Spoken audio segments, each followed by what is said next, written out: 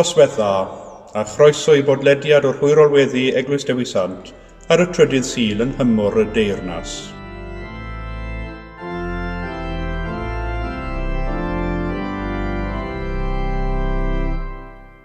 Arglwydd grasol frenin hedd, gad o gad i'm weld y wedd, am ddisgleiriad fel a fawr, llomad eglwys ar y llawr, dangos ffordd efengil rhad i bob cendl ym pob gwlad.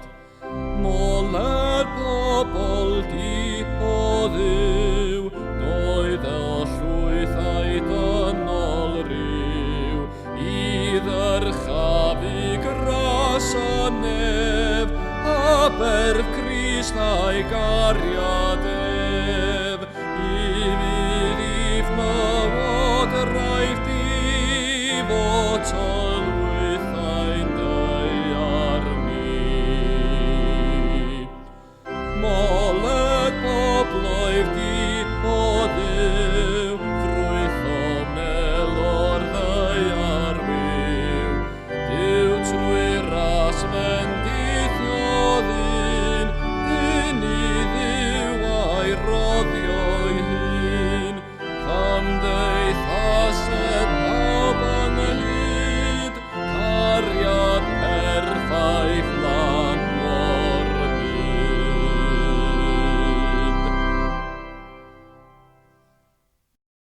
I frenin tragwyddoldeb, yr anfarwol a'r anweledig a'r unig Dduw, y byddwr anrhydedd a'r gogoniant yn oes oesoedd. Garedigion yng Nghrist, yr ydym yn presenoldeb y Duw byw a holl gwmpaini nef, i offrym iddo, trwy ein harglwydd Iesu Grist, ein haddoliad a'n mawl a'n diolch, i gynyddu mewn gwir wybodaeth o'i gariad mawr tuag atom, ac i'w ras gael dwi'n ffrwyth yn ein bywydau. Yr ydym wedi dod i wrando a derbyn sanctaidd a'r Duw, i geisio grymusol nerth yr ysbryd glân, ac i weddio dros y mae'n hunain a thros bawb, fel y derbyniwn y pethau hynny sydd rhaid i ni wrthynt yr ein lles a'n daioni. Ond yn gyntaf, cyffeswn ein pechodau, a cheisio gan ein tad, ei fyddeiant a'i dangnefedd. Cyffeswn i Dduw holl alluog, y tad y mab yr ysbryd glân, i ni bechu ar feddwl gair a gweithred. Gadawsom heb ei gwneud y pethau dylasam ei gwneud, a gwneithom y pethau na ddylasam ei gwneud. Gan hynny, gweddiwn ar ei Dduw drigyrhau wrthym. Trigyrhaed yr holl alluog Dduw wrthym, a maddau ni ein holl bechodau. Gwaredid ni oddi wrth bob drwg, pan cadarnhau a nerthu ym mhob daioni, a'n dwy'n i fywyd tragwyddol. Amen. Yr holl alluog Dduw sy'n maddau i bawb sydd yn wir a difeiriol, a drigyrhaw wrthych, maddau i chwi a'ch gwared oddi wrth eich holl bechodau, eich cadarnhau a'ch cryfhau ym mhob daioni, a'ch cadw yn y bywyd tragwyddol, trwy Iesu Grist ein harglwydd. Amen.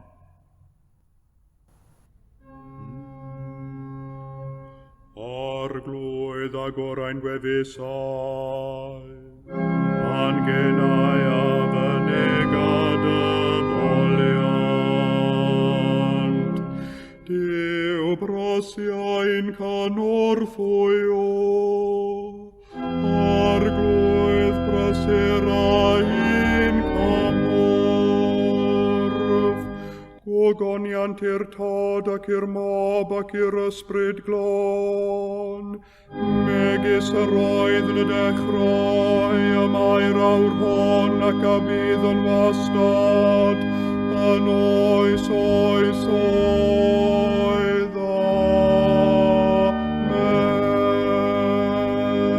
Amen.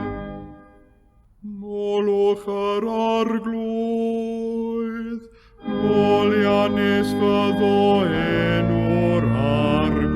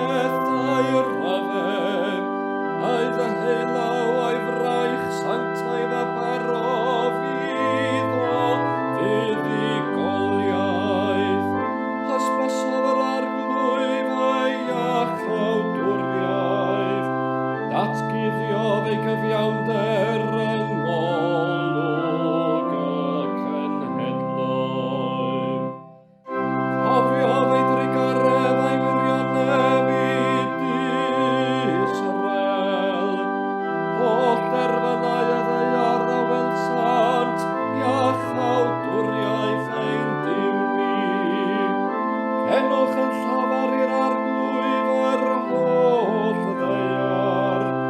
Chefwch ac am lawen hewch a chenwch.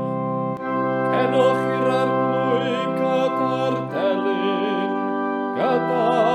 delyn a lle'r sawn. Ar itsgyr na sain cornet, cenwch yn llafar o flaen yr arglwyf y brenin. Llied y morau gyfiawnder, y byd a'r rhai adriganto'i mewn. Cured y llifeiriaint ein dwylo, a chyd ganed y mynyddoedd o flaen yr arglwyf. Hanes y mae yn dyfod i farnu y ddeiar, efe a farna byd y chyfiawnder a'r bobloedd ac uniondeb. Cogloniant i'r tad ac i'r mab, ac i'r ysbryd glân, megis yr oedd yn y dechrau, y mae'r awr hon ac o bydd yn wastad, yn oes oes oedd.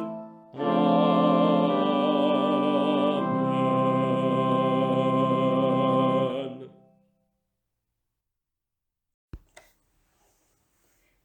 Darlleniad o lyfr Daniel, y 10fed bennod. Wedi dod dweud hyn wrthyf, ymgrymais hyd lawr heb ddweud dim. Yna cyfforddodd un tebyg i ddyn am gwefusau, ac agorais fy ngenau i siarad, a dywedais wrth yr un oedd yn sefyll o'n blaen, fa arglwydd y mae fy ngofid yn fawr oherwydd y weledigaeth, a fallodd fy nerth. Sut y gall gwas fy arglwydd ddeud dim wrth fy arglwydd, a minnau yn awr heb nerth nac anadlynof? Unwaith eto, cyffyrddodd yr un tebyg i ddyn am mi am cryfhau, a dweud, paid ag ofni, cefais ffafr, heddwch i ti. Bydd wrol, bydd gryf. Ac fel yr oedd yn siarad â mi, cefais nerth, a dywedais, llefara, fy arglwydd, o blegyd rhoddais nerth i mi. Yna dywedodd, a wyddost pam y deithim atat. Dywedaf wrthyt beth sy'n ysgrifenedig yn llyfr y gwirionedd. Rwy'n dychwelyd yn awr i ymladd a tywysog Persia, ac wedyn fe ddaw tywysog Groeg. Ac nid oes neb yn fy nghynorthwyo yn erbyn yr rhai hyn, ar wahân i'ch tywysog Michael.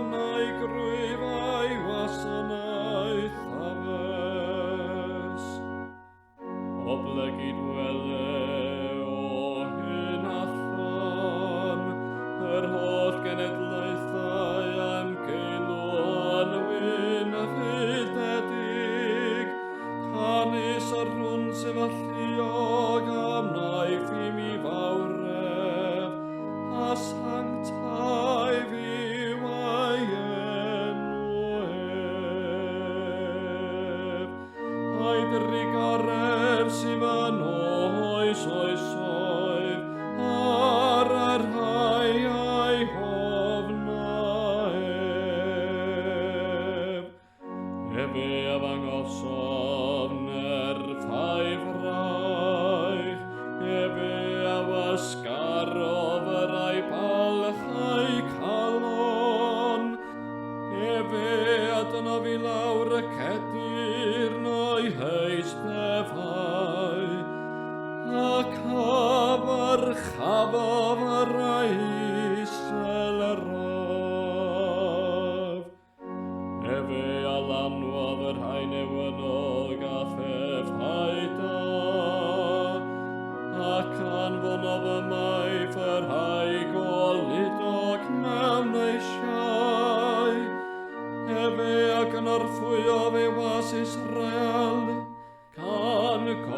o heidri caref, melad o weddafwr ffeintadau, Abraham a'i had yn dragawydd.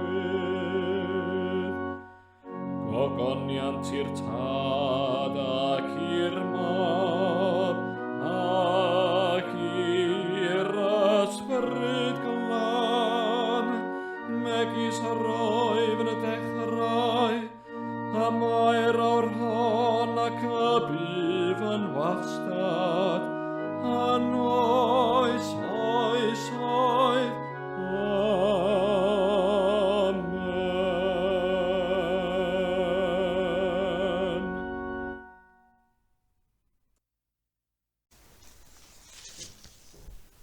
Mae darlleniad y Testament Newydd yn dod o lyfr Datguddiad, pennod 4.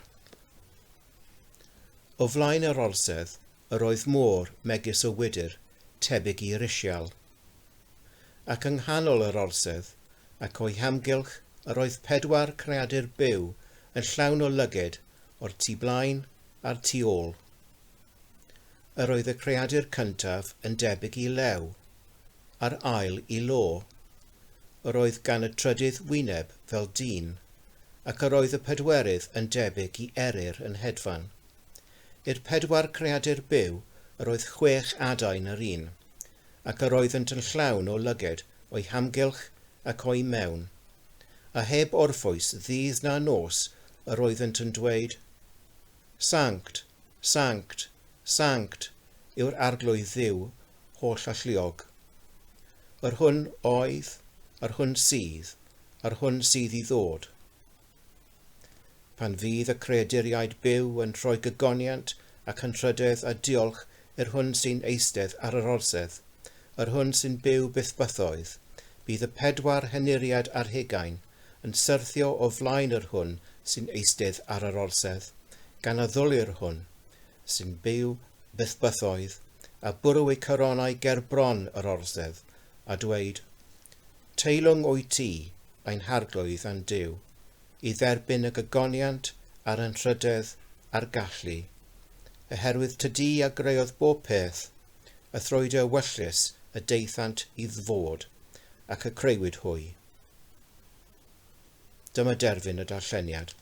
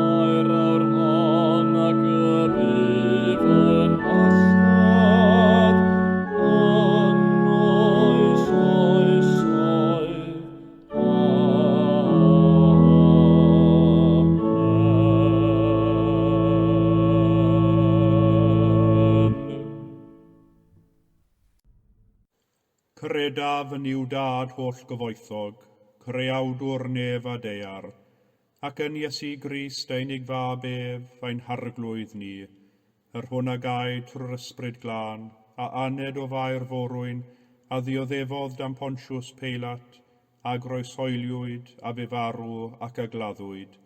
Disgynnodd uffern, Y trydydd dydd y cyfododd o feirw a esgynodd i'r nefoedd, ac y mae'n eistedd ar ddeheilawd i'w dad holl gyfoethog, o ddiynno daw i farnu'r byw ar meirw. Credaf yn yr ysbryd glân, yr Eglwys Lân Gatholig, cymyn y Sant, myddeiant pechodau, at gyfodiad y corff, a'r bywyd tragwyddol. Amen. Ar arglwydd a fo gyda chwi, a chydath ysbrydithau gweddiwn. Arglwydd drigar hawr ddim, Crist drigar hawr ddim, arglwydd drigar hawr ddim. Ointad, yr hwnnwyd yna nefoedd, sanctaidd enw, deled y Teyrnas, wneler dewallus, megis yn y nef, felly ar y ddaiar hefyd. Dar oen i heddiw ein barab ein addiol, a maddau ni ein dyledion, fel y maddaiwn yn ein dyledwyr, ac nac arwain ni brofedigaeth, aeth i'r gwared ni rhag drwg.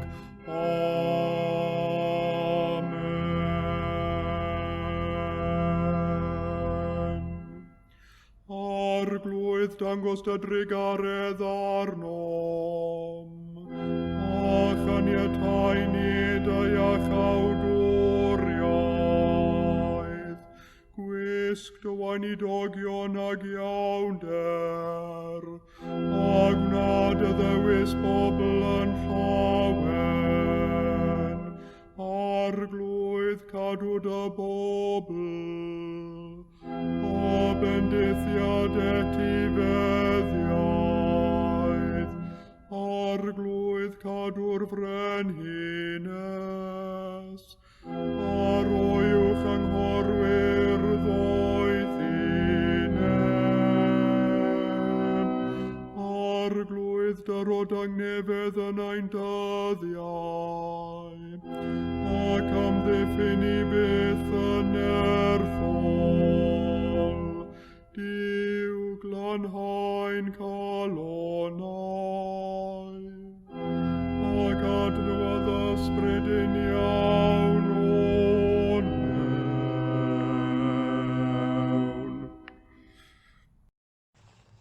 Caniatâw arglwydd erfyniwn arnat, bod i gwrs y byd hwn gael ei drefnu mor heddychlon trwy dy lywodraeth di, fel y gall dy eglwys dy wasanaeth i'n llawen mewn heddwch a phob diwioldeb, drwy Iesu Grist ein harglwydd. Amen.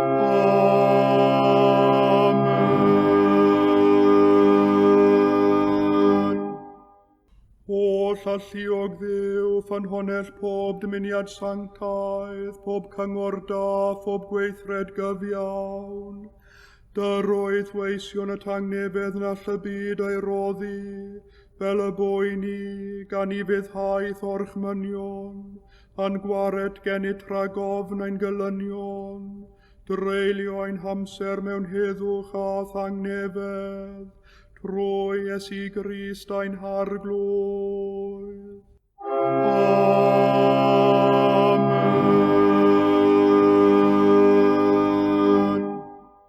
Gole ein tywyllwch at olygwn i ti o arglwydd, ac oedd fawr drigaredd am ddiffyn i rhag pob perygl ac embydrwydd yn nos hon, trwy gariad deunig fab ein gwared o'r Iesu Grist.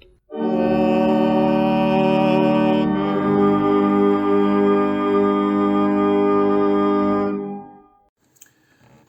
Yn gyntaf, cymerwn eiliad neu ddwy i ganolbwyntio ein meddyliau ar yr un sydd yn eiriol trosom ni, yr un y gweddiwn trwyddo, Iesu Grist ein harglwydd ni. Crist yn fymyl, Crist o'm mewn ni, Crist o'm hôl a Crist o'm blaen ni, Crist i'm hennill, Crist i'm cael i, Crist i'm nerthu am cyfodi, Crist uwch ben a Crist o danaf, Crist mewn hawddfyd, Crist rhag gelyn, Crist yng nghanol pawb ag araf, Crist yng ngenau, ffrind a chydddyn. Ac felly gweddiwn dros ein teulu ffydd, dros yr eglwys yr ydym yn rhan ohoni, a'n cyd blwyfolion. Gwyddom mai pobl yw'r eglwys, ac felly gweddiwn y gallwn ni fod yn offeriadaeth sanctaidd ac yn feini bywiol yn ein bywydau. Dad yn y nefoedd, diolchwn i ti am dy deulu yr eglwys, a rhan ohoni lle rwy ti wedi ein gosod ni. Trwy weithrediad dy lan ysbryd, adnewydda hi, lle y mae yn wiwedig. Nertha hi, lle mae'n wan. Gwna hi yn ostyngedig ac yn dosturiol, lle mae'n gryf. Lle mae'n llygredig, glanha hi. Gwna hi yn sanctaidd, lle mae hi'n fydol. Ail gyfeiria hi, lle y collodd olwg ar dy ogoniant. Diogela hi, pan gaiff ei herlyd, a'i hatgyfodi, lle mae'n farw. A boed i'r eglwys fyned a lledaenu i leoedd na fi ynddynt o'r blaen, mwyn Iesu Grist, a'i phen, a'i harglwydd. Amen. Ar y sul hwn, gofynnir i ni weddio dros garcharorion. Gweddiwn yn arbennig dros garchardi Caerdydd a charchardi Parc Pen y Bont ar Ogwr. Gweddiwn dros y carcharorion a'i teuluoedd, dros y wardeniaid, swyddogion, caplaniaid a'r timoedd sydd yn gweithio i ddewallu anghenion y carcharorion. Gweddiwn y bydd i rannu gyfiawnder, gydgerdded a diwygio buchedd ac adferiad lles cymdeithas. Dduw cyfiawnder, yr wyt yn gweld dirgelion cylonau pawb, yr wyt yn barnu yn gyfiawn ac yn ddiduedd, ac yr wyt wedi rhoi y gyfraith mwyn cosbi troseddau a diogelu cymdeithas. Gweddiwn dros garcharorion, a thros gwaith garchardau i helpu droseddwyr diwygio eu bucheddau a throi dudalen newydd, drwy'r un a ddaeth i gynnig bywyd newydd i bawb sy'n edifeiriol, Iesu Grist ein harglwydd. Amen. Cofiwn hefyd ar y sul hwn garcharorion cydwybod, y rhai sydd oherwydd ei daliadau gwleidyddol neu grefyddol sydd wedi ei garcharu. Gweddiwn yn arbennig dros amnest rhyngwladol a gwaith ei aelodau yn y canghennau lleol i tynnu sylw'r awdurdodau at yr rheini sydd wedi ei carcharu yn anghyfreithlon. O Dduw ein tad, gwyddom fod tosteri yn gofyn i ni fynd i fannau lle mae'n brifo, i leoedd o ofid, i rannu torcalon, ofn, dryswch a galar. Y mae tosteri yn gofyn i ni ein huniaethu ein hunain yn llwyr a chyflwr ddynol rhyw. Ro'n erth a chydernid i ni fod yn dosteriol bob amser, gan gofio'n arbennig y carcharorion cydwybod, gweddiwn drostynt a thros bawb sy'n cael ei herlyd a'i poenydio oherwydd ei safiad dros y ffydd. Rod y fendith ar waith amnest rhyngwladol a gwaith aelodau ei ganghennau lleol. Gweddiwn hyn oll yn enw yr un mwyaf tosturiol, ein harglwydd a'n gwaredwr, Iesu Grist. Amen. Gweddiwn hefyd dros foduriaid sydd wedi carcharu mewn gwersylloedd heb adnoddau digonol. Gweddiwn dros ceiswyr lloches sydd wedi cael ei dal mewn systemau cyfreithlon hirwyntog a throellog yn ansicr o'i dyfodol. Dduw a thad pawb oll, ceisiwn dy drigaredd i ffoduriaid llawer gwlad, dros y cleifion ydi gartref yn ywynog ar unig, a'r plant, a'r pobl ifanc, a'r rhai a wahanwyd oherwydd rhyfel trais ac erledigaeth oddi wrth deulu a chyfeillion. Cyfeiria feddyliau arweinwyr y gwledydd, ac elusen eu pobloedd, i liniaru eu dioddefiadau a dileu eu gofidiau, trwy Iesu Grist ein harglwydd. Amen. Cymerwn eiliad i gofio'r cleifion, a phawb y gwyddom ni amdanynt sydd wedi gofyn am ein gweddiau. O llalluog Dduw, rhoddwr bywyd ac iechyd, edrych o'th drigaredd ar y cleifion a'r rhai sydd yn dioddef, fel trwy dyfendith arnynt hwy a'r rhai sydd yn gweini arnynt, iddynt gael eu hadfer i iechyd ac adferiad corff, meddwl ac ysbryd, trwy Iesu Grist ein harglwydd. Amen.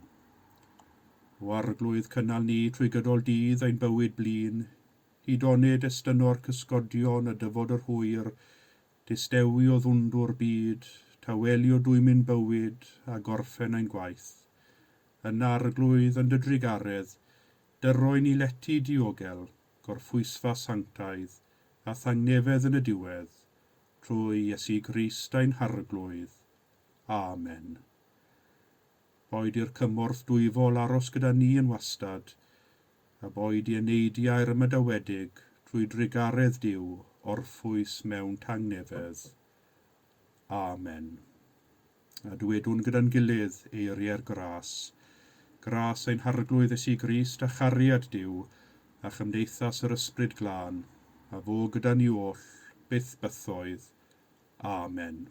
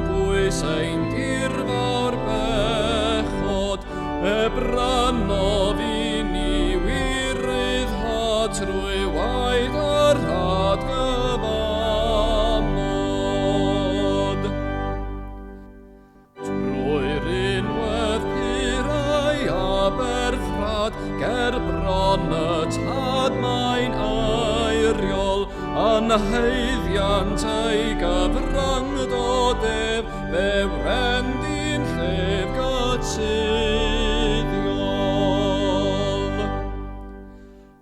Anfarwol gorynef i gyd yn hyfryd seiniau foliant, o llanw ni'n ei anddidrai y ddau a rai o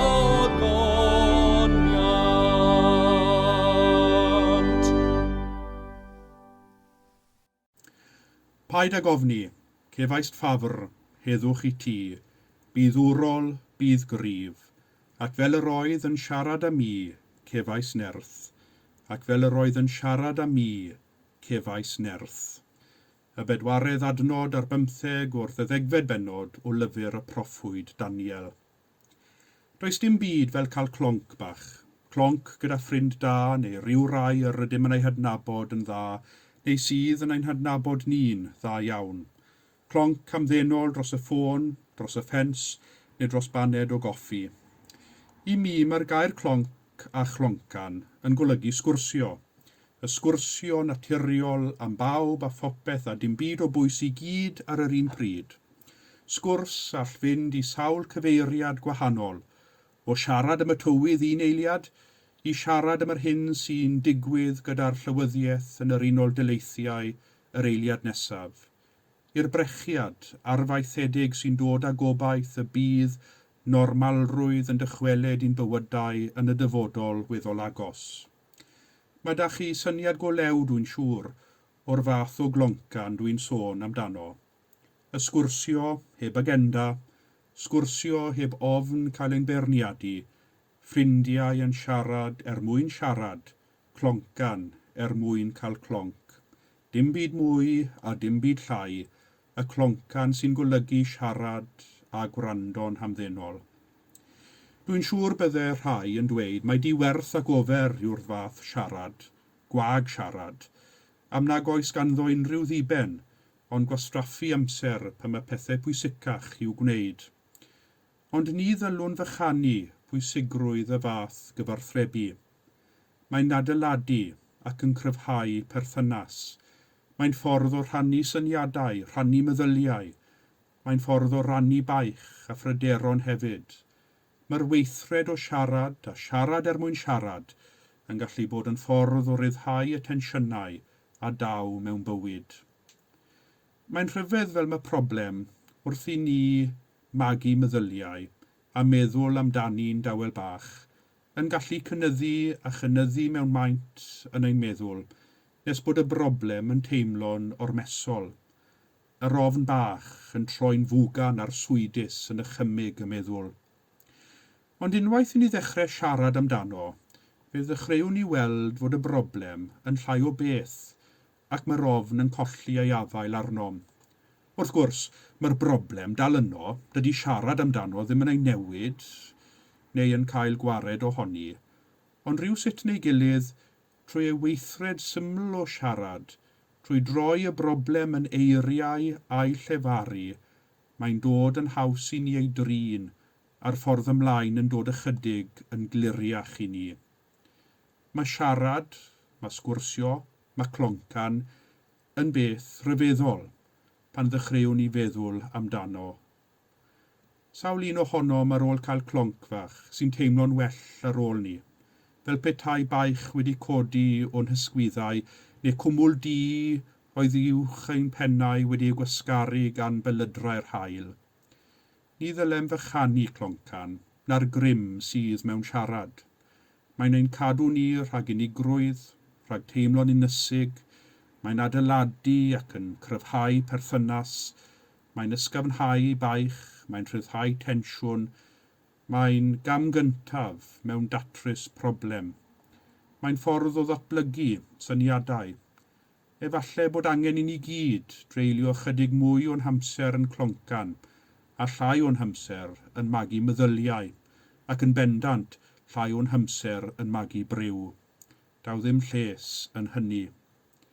Petai arweinwyr wedi treulio mwy o amser yn siarad â'i gilydd, yn lle taflu cyhuddiadau yn erbyn ei gilydd, efallai byddai'n byd wedi gweld llawer llai o ryfeloedd. Petai bobl dreulio mwy o amser yn siarad â'i gilydd, byddai llai o gamddealltwriaeth, byddai llai o wahanfuriau, byddai llai o gasineb, byddai llai o ddrwgdybiaeth yn ein byd. Ni all yr un slogan bachog na'r soundbite mwyaf ysbrydoledig byth cymryd lle yr angen am siarad. Ac mae hyn oll yn deillio'n darlleniad o'r Hen Testament heno o lyfr Daniel. Mae'n rhaid i mi gyfaddef fod y ddwy lith heno yn ddarlleniadau anodd ac astrus o rhannau cynnwys. Y ddwy lith yn dod o lyfrau apocalyptaidd ei gynnwys, Daniel o'r hen a'r datguddiad o'r newydd. Mae'r ddau lyfr yn weddol debyg i'w gilydd ac yn anodd iawn i'w deall ei neges.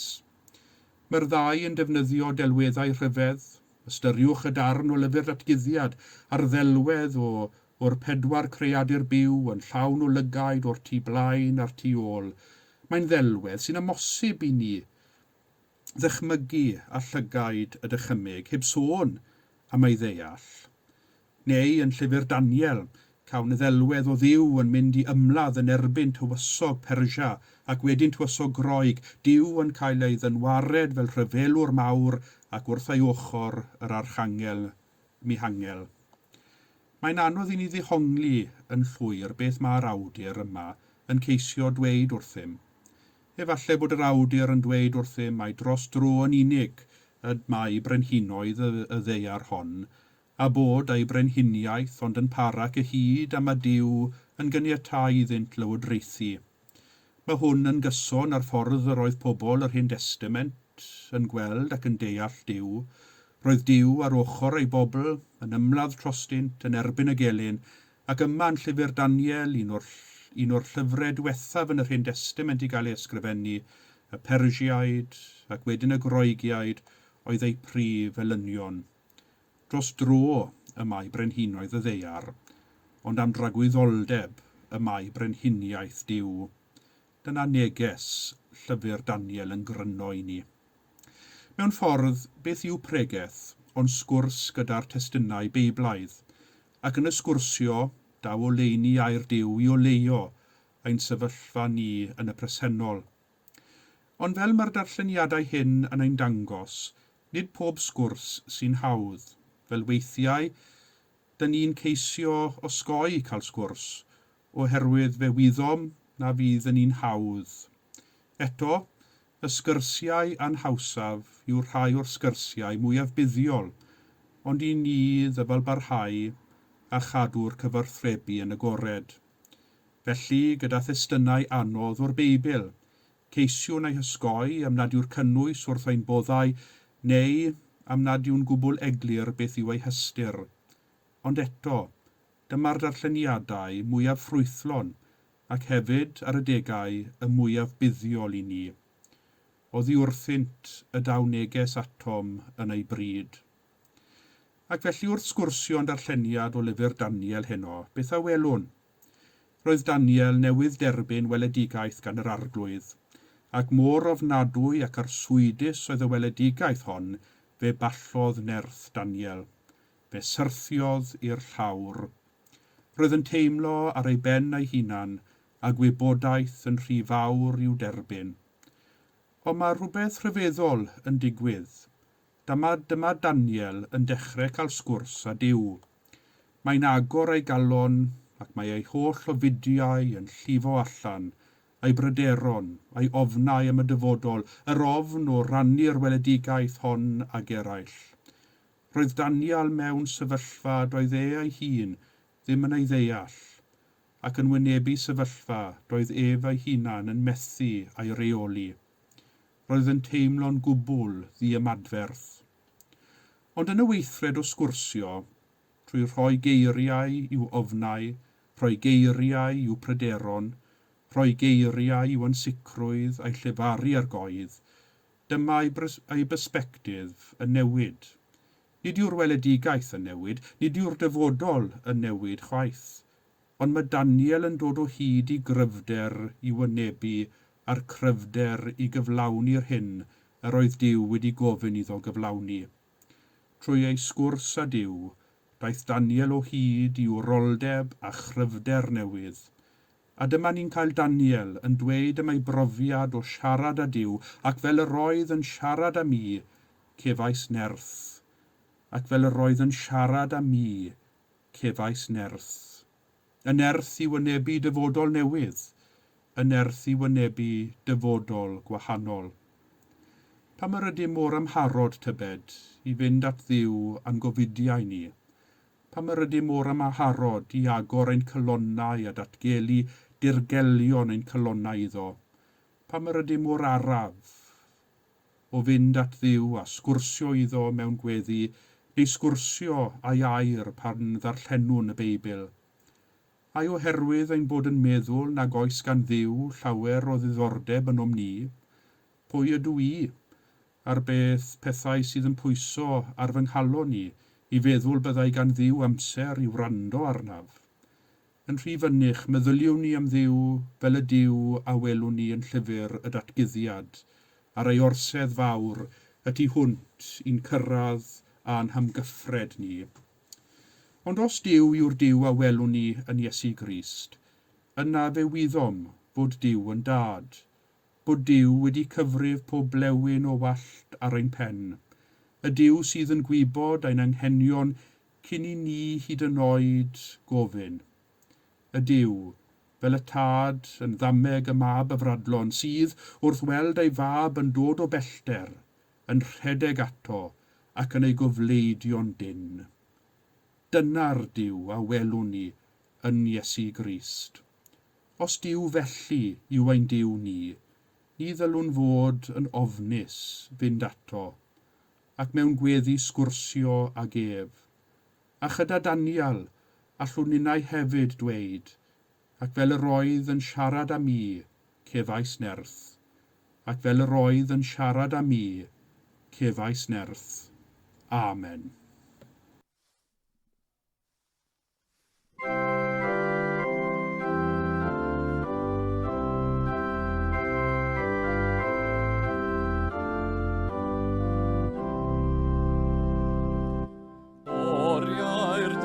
Sydd wedi cilio i roi cyfrif gerbron Duw. Llawer fynd i ffygio hynny fo am daioni leiediw. Arglwydd grasol, gwyliad rosom ddifan. Cadw ni ymysg peryglon, ma fain pechodau mawr. Dyro i ni byrdeb calon, cynnal ni o awr i awr. Arglwydd graslon, gwyliad rosom